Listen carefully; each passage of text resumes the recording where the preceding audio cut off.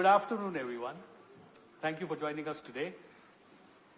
As India steps confidently onto the global stage as a creative and commercial force, we are witnessing a fascinating convergence of storytelling, streaming, innovation, and technology. You heard a lot about this yesterday, so I'm not going to repeat that. But interestingly, today's conversation brings us together with a powerhouse panel, leaders who've shaped how India watches, makes, distributes content, and then experiences the content as well. So from iconic films to innovative platforms, their work has touched millions of people across the globe. So there's nothing better for me than kick off this session. So let me start. I think you already have an introduction to the people here. So let me start with Subhashish, my partner at the Producers Guild, but more importantly, as a producer of some of India's most compelling content, which kind of leads me up to saying that you've been doing this for a long time. You've had box office hits, you have had box office failures, you've had nuanced storytelling that you've done over a period of time. So how do you see India's evolving local entertainment market in a global storytelling, as a storytelling powerhouse, given that we now want to take India to the world, given our ambition laid out yesterday by the Prime Minister? So how do you see this? So I think somebody was chatting in the morning and saying that how are things are happening and etc. So my standard answer in most of the places is that it's a test match. Every ball is a new ball. You take your stance every point of time. Don't count on whatever you have done earlier. And you have no idea whether the ball is in swing, out swing, in whatever manner. As a sector, as an industry, we have probably, when you look at a content creation as a space or the evolution of a space, we have far more failures than successes. And it's a global scenario, it's not necessarily India as a scenario. So there is no formula for successes. There are a lot of formulas for failures. And I think every day or every time you just ponder over that, okay, at least let's not do a mistake which has been done and validated. Try to avoid that and find a new journey how you can create a success of the space. Now, coming to the scenario, what we have been coming back to your question where we have been discussing is that now, if we look at India as a overall market, some broad perspective, if we look at, we are roughly, media and entertainment is 2.5 lakh crore size of industry. The top two segments between broadcasting and digital, they cover something like 1,50,000 crore, something like 60% of the business. Then there are another three segments between gaming, between film industry and between print. They account for probably another 20% of the business. And then the last 10-15% of the business are between a host of segments. You have animation and you have smaller particles of music and you have outdoors and etc. Now, and if I look at India as a country, we have, media entertainment is vast, but even if we look at starting from the generation of Natya Shastra to drama to performing arts and etc. But even like film industry, like 110, 120 odd years old. Television industry is roughly around 35? Private television, I'm saying, before that Doordarshan was there. Then we have space for the OTT, which at least for Indian content, we have been seeing that last 7-8 years, probably we are thriving. Now, in this overall space, what is the journey we have seen, or what is the journey we should aspire to take Indian ecosystem of contents and ecosystem of... Ekta, you can join. Sorry about this. So, coming back to the point is that if I look at this journey of the overall media entertainment content space between a film which is 120 years industry to a OTT which is like, what is all that we have done, or what is all that we will aspire to do to take the Indian ecosystem, grow locally as well as take globally, right? If that's the aspiration, if that's the message, what has been coming through. Now, when I look at a segment or any sector,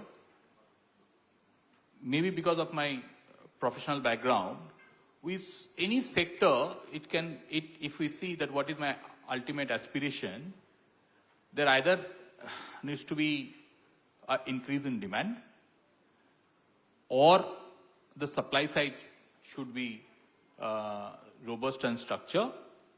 And the supply side of this sector is very much between people, creativity, and infrastructure, right? Broad third, 2-3 buckets if we want to do.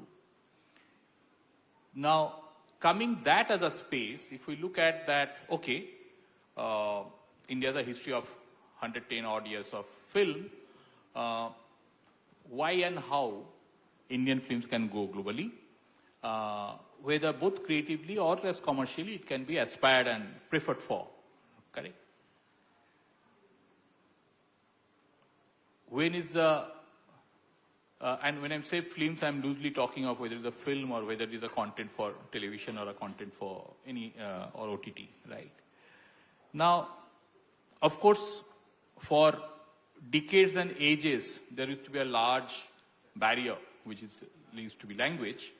But over a period of time, we have seen that probably with the advent of technology, with the advent of people's change in behavior, consumer behavior, people are warming up to content. If they like, they are warming up to the content across different languages.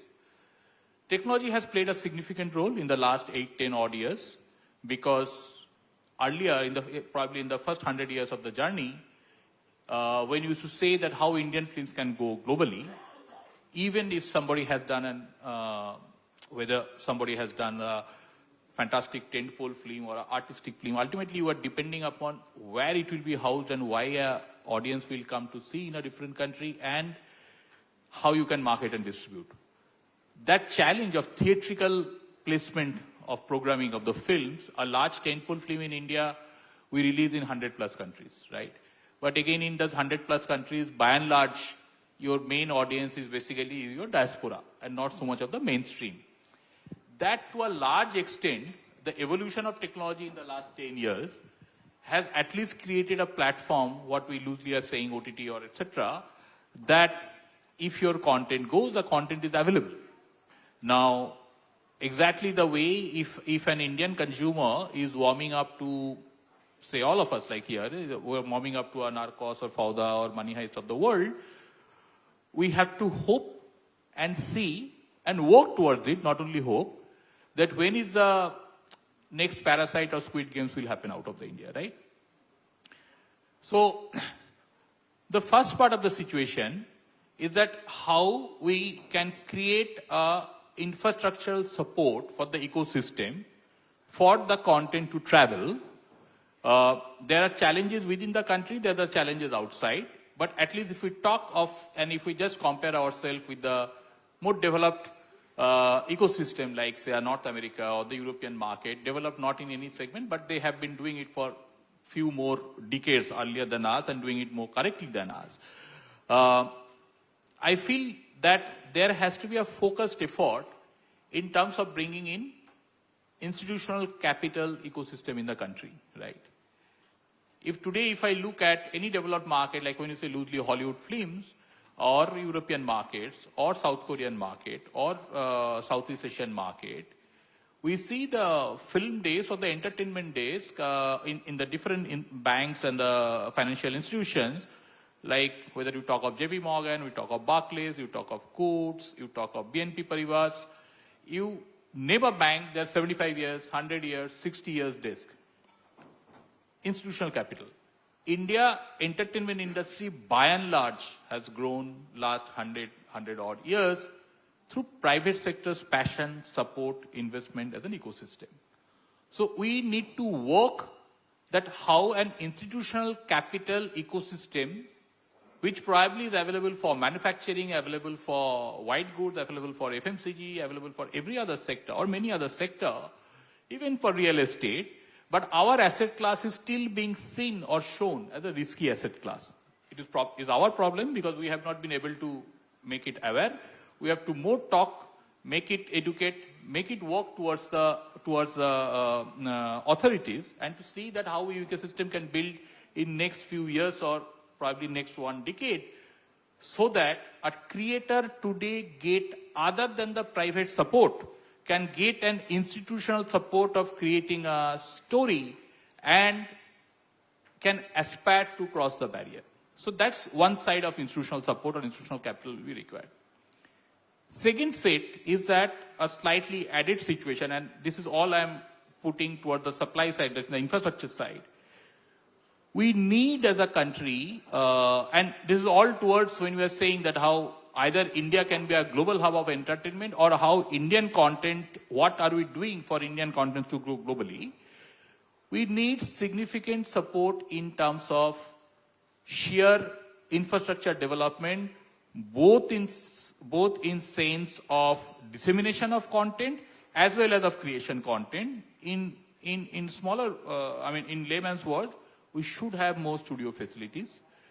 We should have more, because India as a country, if you are claiming that we have making content in 20-25 languages, and if I want to say what is the best world-class facility, not even a world-class, the best facility in the country for your shooting floors, production facilities, etc., probably will say Ramoji.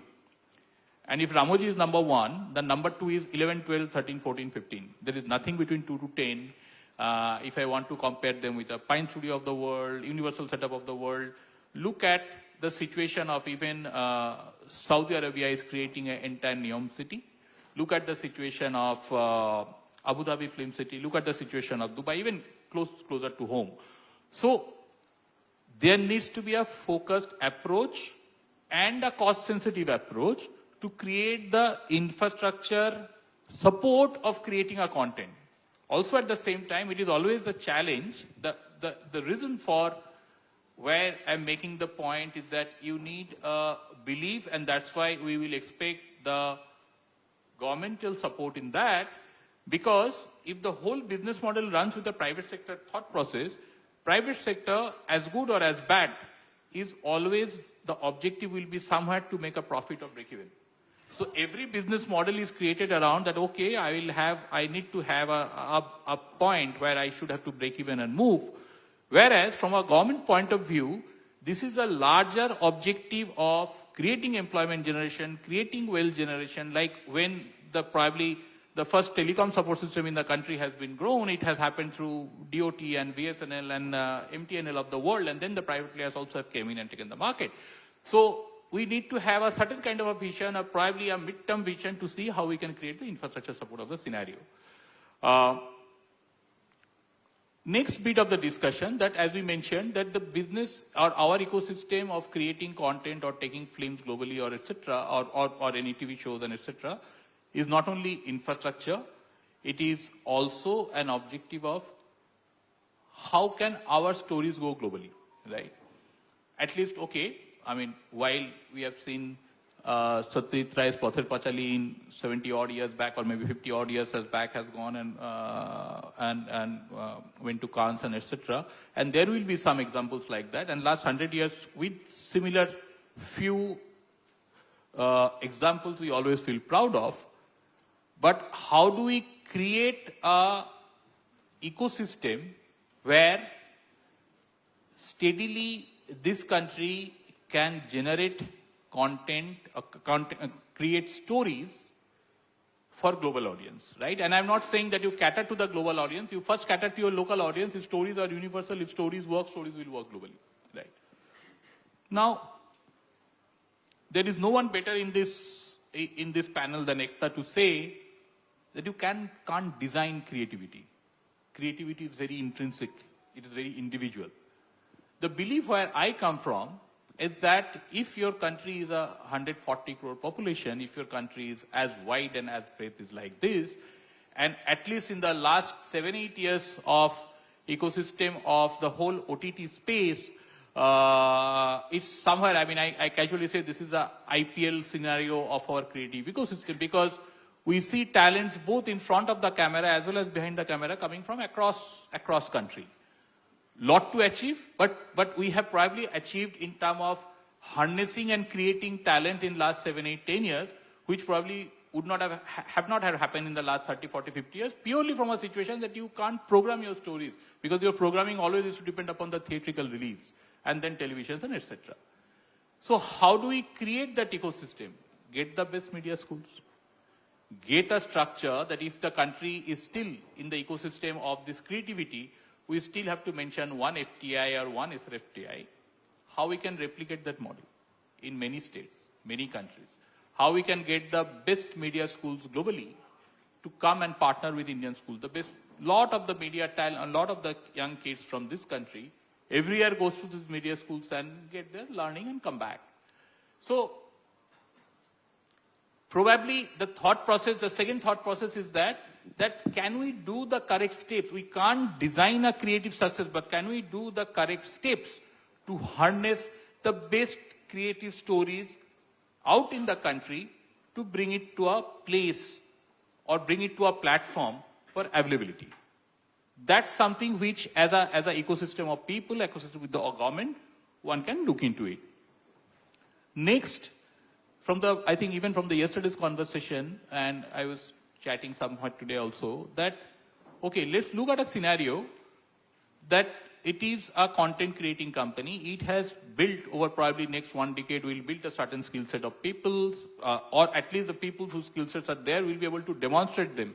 If we can create a so-called LinkedIn of our media and entertainment creative community, right? If this is available, it is validated. Somebody has said that this cinematographer out of Bengal or out of Malayalam is so good, or this is body of work, and somebody can identify in Bombay or any other place, right? If we assume we create that scenario, how do we bring in global content creation in India, the reverse scenario? Then also we prosper as an economy, then also it creates wealth and employment and everything.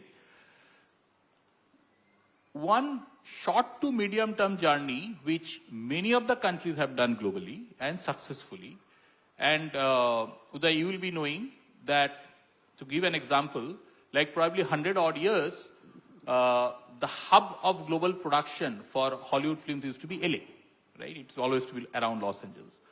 30 to 40 years back, that shifted to Canada, because Canadian government started focusing, started giving grants, started giving credit, started attracting content creation happening in Canada for Hollywood content.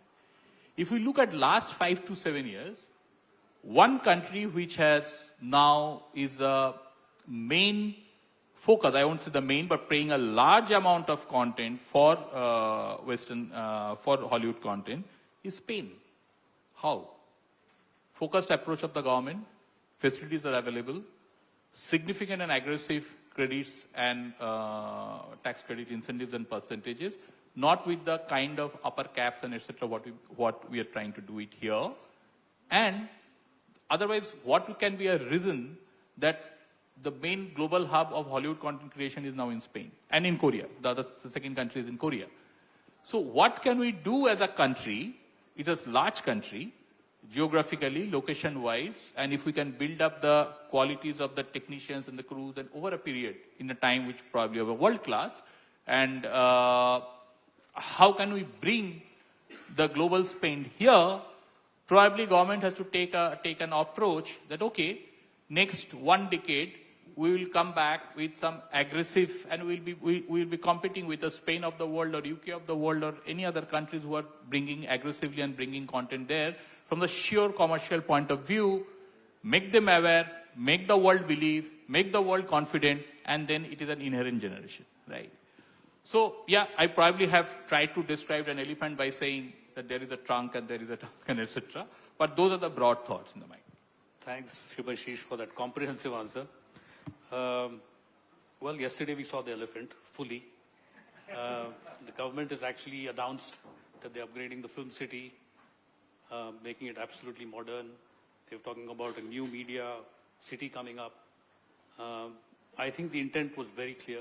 I think since they announced the incentives, something that we've been asking for a long time, they've already crossed 100 applications coming in, bringing in FDI, precious FDI, and shooting in the country. So I think eventually the elephant is coming together. Now we need to see when it starts to dance, right? And I think there's nobody better to kind of talk to us about it than Ekta. You've built content enterprises in television and OTT. What does global storytelling mean from your vantage point, especially with Indian drama and serial formats finding new audiences? So actually, there is no answer to how do you create global storytelling. Storytelling has to have a strong connect. Global platforms like Netflix have proved that people do not take language as a barrier. They see Korean, Turkish, American, Spanish, European content, which is in different languages, without having that barrier because of the dubs, because they enjoy the content. And therefore, we cannot hide behind the language barrier excuse anymore. We have to align to the fact that we have to show a story that resonates. We have the highest or the longest legacy of stories. And it is our currency. It has been our currency. We've probably been set back with a lot of logistics to achieve it, and I think we're now reaching there. But with reaching global audiences, we've done a great job as far as our film industry goes. We are seen in many parts of the world. But now it has to be non-ethnic storytelling, and I think we're at the tipping point. Thank you. So that kind of leads me to the next question to you. So how do you, like he was mentioning that there has to be some kind of a system where people can take risks, right? So how do you balance creative leaps while still staying viable, given that sometimes people say that only the big kind of content. So Ekta, how do you balance the two between commercial success and taking a creative call on something? I think it's because, I think without taking a risk, there is no viability, because there is method to the madness and madness to the method. That's the animal we deal with every day. I do not think I make non-viable decisions, but yes, if I do take a calculated risk in business or in creativity, I try to de-risk it as much as I can. Of course, there are some really bad years and some really good years, where the risks pay, and sometimes they become what you speak on panels for the next 5 years. But we don't usually talk about how sometimes the risks don't pay. But at the end of the day, when you plan a portfolio of content, that's what I call it, you de-risk it by seeing that there is enough of pre-sales, enough of what I call is universal enough to attract enough audiences. And at the same time, if there's some clutter-breaking niche content, it is packaged in a way that the portfolio should make sense, if not each piece of content. So that's the way I try to get some method to the madness. Yeah, so like you said, as you said in Parasite, that 1-inch barrier is crossed now. So we can take global stories. They can go from Korea. Sometimes we'll find it from here. So Shani, moving on to you. You've seen Android TV scale rapidly in India. What are some of the behaviors or content consumption patterns that make Indian users different from other parts of the world? That's a good question. Let me just back up a little bit in terms of just content and the global nature of it. So first, I've been in the intersection of technology and media for many years, starting from the production lens, where I started at Pixar Animation, which, is we did the first computer graphics movie. Now, if you think of movies, they're all produced using computer graphics if they're animated. To YouTube, which was how do we use technology to distribute content. And then finally, as you mentioned, on Android TV is really the streaming revolution that content has seen. And I would say right now, the biggest thing that's happening in content is, of course, globalization. We talked a lot about it just now, as well as in the previous panel. And the fact that technology is making it so much easier to create content. And yesterday, as well as today, there's been numerous talks about AI, and I sit in the heart of AI, being at Google and sitting in Mountain View, where you cannot go a step without talking about AI. Really, AI is really here to help content creators create content faster, more easily, with a lot of more production skills as well that can just be embedded within the stories. So I would say number one is really thinking about how to lean into the global nature of content using technology as an aid. I have always been a believer, as Ekta mentioned, in stories that resonate across globes and across audiences, but using technology to aid that. So that's number one. Number two, I would say, we talked a lot about yesterday, some of the discussions were, should India open up a lot more studios, or, how should it really get onto the global scale of creating more content and really being at the front of it.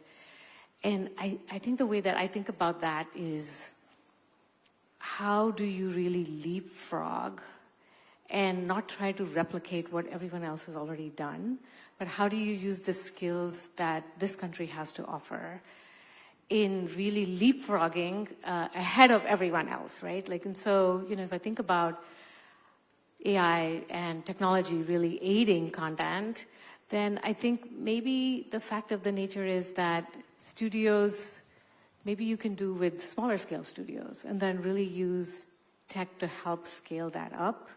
So I think that leapfrogging is going to be a big factor. And so I'm very much leaned into that and really thinking about, along with a lot of our friends here from Tulsi, for example, how do we leapfrog South Asian content and really scale that out to global audiences. So that's number two. And then number three, I would say, this is happening as we speak. I've been part of YouTube, and we've all seen the nature of how storytelling is getting democratized. I will tell you, there is a wave of more content coming. It's going to be unleashed very, very soon. And then it becomes, how is the discovery of content going to happen? And in fact, Anuj and I were just talking about it right before the panel. I think discovery of content is going to be phenomenally instrumental, and it's not because I am sitting at Google, it's because that's going to be the nature of things. And so how do you search for it? How do you discover it? In a world where it's not about 100 pieces of content, but gazillions of pieces of content, how do you know which ones are the ones you're going to have to watch that are really going to appeal to your audience is going to be key. We call it the searching and the scrolling, the doom scrolling. How do we make that less doom, and how do we make that more personalized? I think that's how we see it, and that's really how Android TV kind of thinks about it, is how do we help that discovery of content? Fascinating. So, in fact, I think Prasoon calls it content indigestion, because there's so much going on out there. How do you kind of find something which you want to, given the nature of it? But it also means that I think consumption is changing, attention spans are changing, which makes it a bigger challenge for the traditional film and the entertainment folks to create content. But I think you're right, AI in a way is going to democratize that further. I think it will give the next wave of creators coming into this world. So, Vikram, moving to you. At Eros now, you were among the first to get into OTT content. What have you learned about the evolution of global demand for our content, since you guys are also one of the biggest distributors that, for Indian content abroad? How do you see that changing? Do you see any possibility that, given the kind of volume that is going out there, that we will find our voice eventually? Yeah, absolutely. Any media company or media currency stands at the intersection of three things: content, distribution, and technology. I'm not going to be repetitive because a lot is being said about a few areas here, and that's probably the advantage to speak less when you go last. But if you look at the core three drivers in terms of how do we create differentiation, right? Right now we are a streaming company, but we are doing a lot of innovation behind the scenes. And time has come to redefine specifically the technology part. We call this platform as VOD, video on demand. Yeah. We're stuck, no? Let's move ahead. Maybe let's call it VOE. So it's voice oriented, opinion driven, and experience led. And that's very important because we're looking at the consumer's lens now. And that is probably going to define one of the solutions when we talk about discoverability, when we talk about what is the consumer doing. No doubt consumers spending more time today on the phone, more time on the content. It's just that the content is exploding and will continue to explode further. So if we look at it from a user lens, how we drive with VOE? It needs serious level of changes. It needs to change the grammar of storytelling in many ways. It's been changing dynamically from linear to digital, looking at different audiences. Attention spans are going shorter. Short form content works better these days. There's more time spent over there, so on and so forth. And it'll keep evolving from a consumer's lens. But really the differentiations where storytelling will take the power of technology and say, what can we do from a monetization perspective? Can we build in scene level commerce? It's possible, it's happening. How do we kind of, give it more wings to drive monetization for any IP that is able to derive far more interactive with the users? Point number 2, users using AI, which Shalini just touched upon, have the power to become creators. Gone are the days where you say, okay, who's a creator or an influencer? Somebody just picks up in the selfie mode, puts it up in short form video and says, hey, I'm an influencer and I've got followers, and we don't know how many followers are true followers there. That only data will say. But the fact of the matter is a user is a fan of a particular piece of IP. And if that IP is strong, the user wants to play around with the IP. Is the IP owner willing to give it? Yes, why not? If you can make more money, IP owners will say, I'm licensing it at other places. Just the way you have brand guidelines, you can have terms and conditions over there. You can allow, disallow. You provide AI tools, and there you go with your favorite IP, which is a movie or a show. You can create 8-10 minuters with your own concept, and it's already happening, right? We need to connect the dots with the IP owners and the technologies. So just imagine you are writing down a concept on your favorite movie where you need a twist, or something which is a favorite show. And you say, I want to design a 10-minuter, I want to create a 10-minuter. You don't need to go behind the camera and start shooting. AI will help you do that. So it helps you generate a script. It's already happening. A lot of you guys are seeing it. It helps you create almost a storyboard with various images which are trained through ethical AI. It helps you create a video. There you are. And you can start becoming a creator where you can start sharing revenues. And that's where the monetization kicks in extra for the IP owner. That's the power of technology. What we really need to grow as an ecosystem and export IPs to the world, either create in India for the world or get global, production houses, etc., like Shibashish was mentioning over here, is really to say that apart from the studio facilities, we've created and exported to the world a bunch of engineers through IITs and IIMs, and that ecosystem exists. Every big company sitting here hires them from campus. So if we can actually, the way we created engineers, can we create Gen AI creators? And it's fairly simple. You just need to kind of take open source models, get them to kind of learn. And that's the power of content which you'll put out. It'll lower the cost of production. It's going to give you better quality. It doesn't mean humans don't exist. Humans are creators, and humans will drive creativity, and that's going to go on. So I think there is this whole large opportunity to drive more monetization along with brands for IP owners, along with creators, and to redefine the whole plan of storytelling with the power of technology. I think. Can I just add something to that? I was coming. I would say one thing, which is sometimes we forget that technology is an aid, right? So AI is an aid. I think it's a very powerful aid, and I think we're going to see a lot more storytellers. Having said that, I think the story still remains important. And so it's not that we're going to see all kinds of creators coming up with Gen AI stories and they're all going to be fantastic. They're probably mostly going to be garbage, but there are going to be those unique storytellers who can really rise above the noise by telling good stories using these tools. Yeah, and just to add to that, just imagine the power of your favorite IP.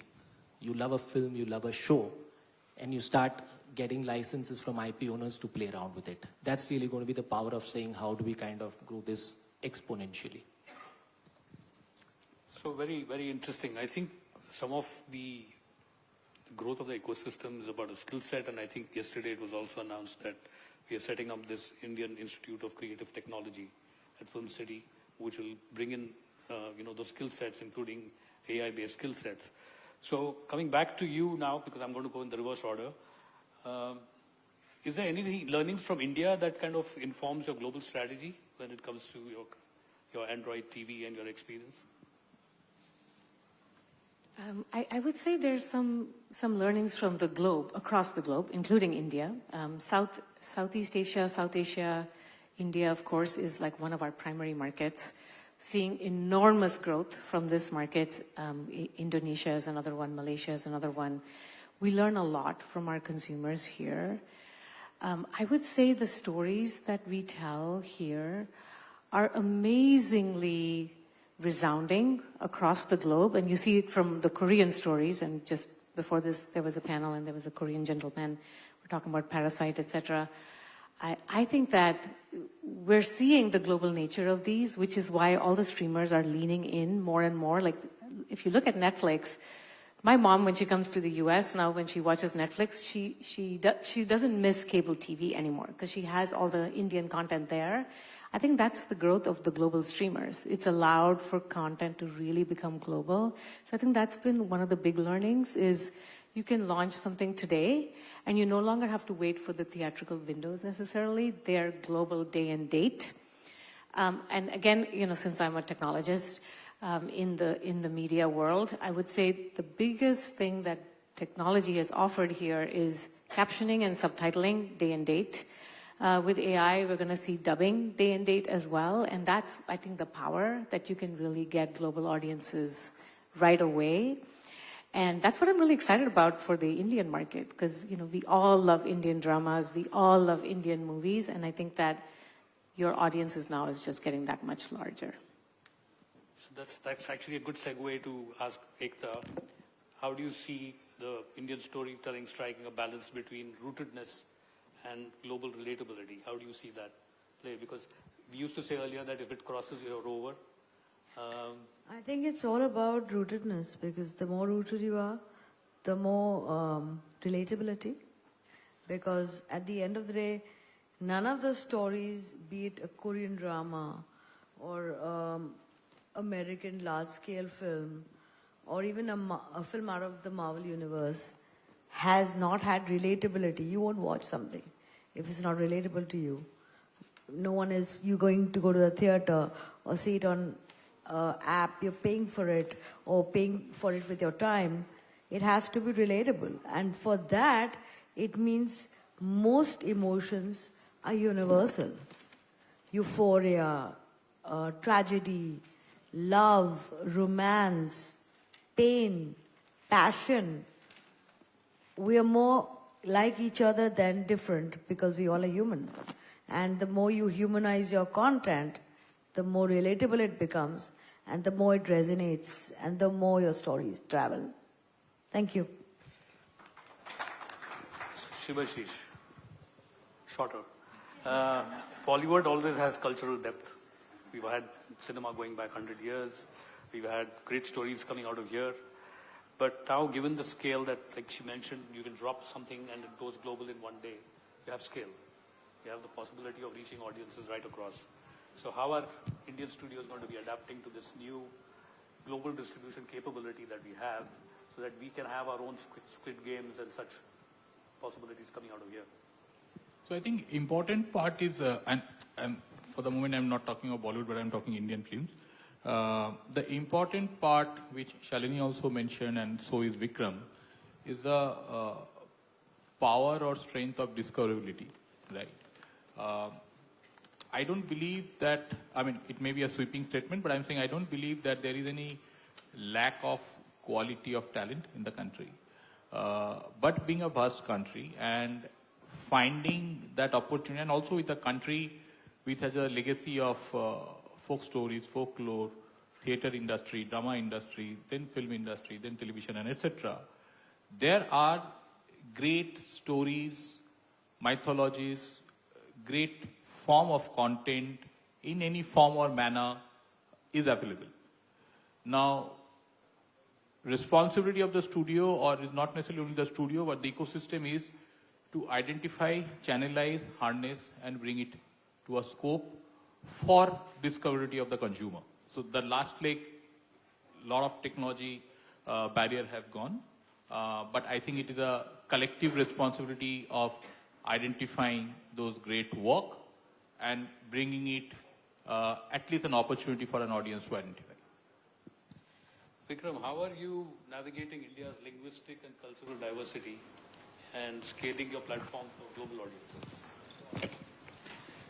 Yeah, so we've been having content across 10 languages right now, and we have a great opportunity because at the moment we are plugged in with multiple distributors in the digital channel across 100+ countries. Now, with the advent of first experimenting, saying through studio dubbing, how is this working? You can unlock your library and catalog for your sales, as well as some partners that you onboard on your platform and multiply revenues because these IPs have great value. But with the advent of AI, dubbing costs are going down drastically. We've seen that in certain languages where the models are trained, which we are doing ourselves. We partner with IIT Madras, and we are in their tech zone where we have 50+ people working and kind of developing these solutions. Of course, one language at a time, but we see this as a huge opportunity where IPs can be dubbed and you can start figuring out. So there's a lot of dearth of content right now, for example, in Russia, due to the geopolitical situations. One can actually pick a larger lot out of your entire movie catalog, say 1,000 movies, and figure out what genres, what appeals to them, for example, action, so on and so forth, and start dubbing these in local languages at scale to build revenues. This does two things. A, you start off with your base, which is my catalog. B, you start involving a lot of producers who are not able to reach global scale, but are just releasing it domestically, to say your launch can simultaneously be in these 10 different countries where your storytelling appeals to those audiences based on past experiences. And that's how you can reach out to much more audiences and monetize much heavily. Having said that, also content can be, reimagined as the IP comes in various forms, right? And we've seen, short form content. Can you get creators to kind of co-create this as UGC content, allow a brand to come in and get embedded in the UGC content which the creator is connecting? Of course, all of this comes with the IP, right? And more revenue to the IP. So we see multifold ways of revenue growth by merging content and technology together as a single unit. So again, quick rapid fire before we go to the audience. In one word or phrase, what is it that excites you most about India's creative future? The most amazing stories that come from here. It's the same question. Technology enabling exploitation of content. Yeah, I think by and large, same situation. Disseminating your stories. Gen AI opening up creative expression even more. So now you heard from the panelists. I think it's been wonderful. We can start. Please tell us who you are and who you're directing your question to. So start, ladies first. My question, we want to make a co-production movie with India, and what are the first steps, like where we should look for a partner or something, like it's a first question. So Ashish, you're the best to answer that. So I think the first step is to find an opportunity whether a story can travel in both the culture, both the geography or not. There is, of course, being representing from producer's point of view, there are many producers who will be open to look at a scope of a story which can travel in both the countries, or can a co-production can happen. Happy to facilitate that offline, but there are players who can look and activate and work towards stories which can, there can be only a partnership one can look at when it can travel in both the places. Is there any now case study where the film promotion and publicity is helped by AI, which reduces that cost and time involved? Anybody who can answer? Thank you. Have you used that? Not really. No? No. Anyone? Data, yes, but not AI. I think promotion and publicity, a lot of brands are using in addition to films. It's quite common now, at least on the social platforms. It's happening, right? Like in simple ways, there are tools which will help you figure out what's trending. And I'm talking about brands, not necessarily films, but films as well as possible, where you just pick up what is trending, and all of this happens live. You figure out ABC topics are trending, and then your brand guidelines say, I don't want to associate with political stuff, but I'm okay with anything in sports or entertainment, for example. It immediately generates a script based on your brand guidelines. It gets you, and these are multiple tools doing it. So I'm just saying, ChatGPT will give you text, Midjourney will give you image, Sora can give you a video, and there you are. You know, you'll get 3 different posts sitting into your marketing managers. This thing, you approve one and it can go live, for example. It's happening in films as well. Agencies are doing it. All agencies right now today are realizing that there are huge teams sitting doing social media or marketing. And they are actually using a lot of these tools. These are paid tools, enterprise solutions. You can just look up and start subscribing and playing around with them. Even in advertising, we've seen that actors have gone in multiple languages in their original voice, even for ads. So we saw last year how they did that with the Ranveer commercial, where in his own voice, he was speaking in 20 different languages across the country. Yeah, voice, apparels, all these case studies are actually live, right? Like, so apparels, let's say an actor or a celebrity endorser cannot shoot more than 8 hours for a brand, which is an apparel brand, but you see a lot of clothes on what is digitally created, not through Photoshop, but through AI, to put it across, and you can have a 365-day campaign every day, something different. So all of this is actually happening. Yeah, I would also add, like, it's very early days, and there's a lot still to be figured out around copyright and other areas. But I will say one thing, like, if you haven't seen Drama Shorts, you should take a look at it. It's an app that came out of China, and enormous appetite for these 1-minute cliffhangers. So as as we all talked about, younger audiences liking snackable content, most of this is done through AI. And so I think it's starting from there, and people are experimenting in studios, but no one's really taken the full plunge of saying, I'm going to do a full AI movie. There was one that just came out last week. It was pretty terrible, I will tell you that. And so it's really early days, but those 1-minute clips have been the ones that are showcasing success. So when you're talking about India's evolving role in global streaming, how do you see, the rural content which has already been successful here, like Panchayat or Jamtara or Mirzapur? So how do you see, that kind of content going global? What kind of market do you see? Specific region, specific appetite for global audience?